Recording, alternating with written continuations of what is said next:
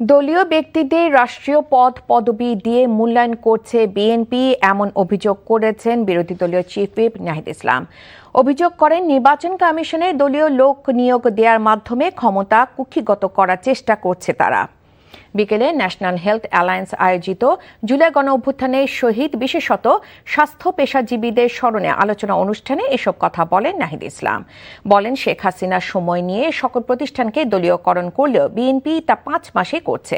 তিনি বলেন, জুলাই আন্দোলনের সময় অধিকাংশ চিকিৎসকের ভূমিকা ছিল প্রশংসনীয়, তাদের সরকারিভাবে মূল্যায়ন করার আহ্বান জানান তিনি। পেশাজীবীদের মেধা ভিত্তিতে নিয়োগ হওয়ার কথা ছিল উল্লেখ করে নাহিদ অভিযোগ করেন, আগের মতোই রাজনৈতিক কায়দায় চিকিৎসকদের বদলি করে হয়রানি করা হচ্ছে।